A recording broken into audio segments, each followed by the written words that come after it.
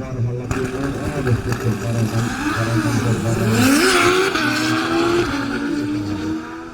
Ajalla ja katsotaan miten tuosta käy. Varha näyttää menevän edelleen.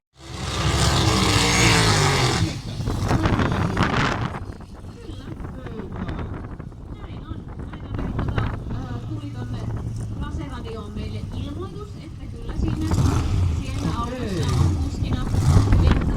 Tokiaisen Vennohan on Pulmurilla kanssa aikanaan ajanut, pitänyt tässä useamman vuoden taukoa. Mä itse henkilökohtaisesti olen tutustunut tuohon Tokiaisen Vennoon. Hän oli silloin noin metrin mittainen. Niin, no nyt. Että varmaan huoltoa siihen kaivataan.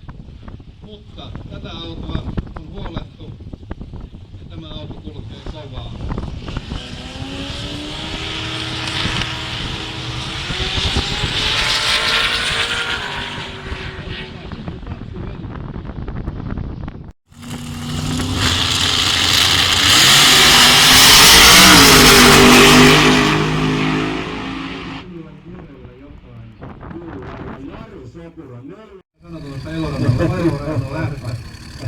Mä olen sanaton. Kyllä.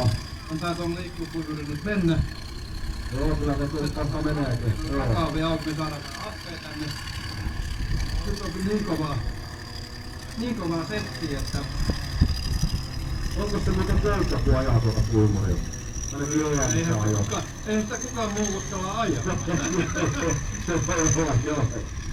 Elikkä... Voivatko meillä on semmoinen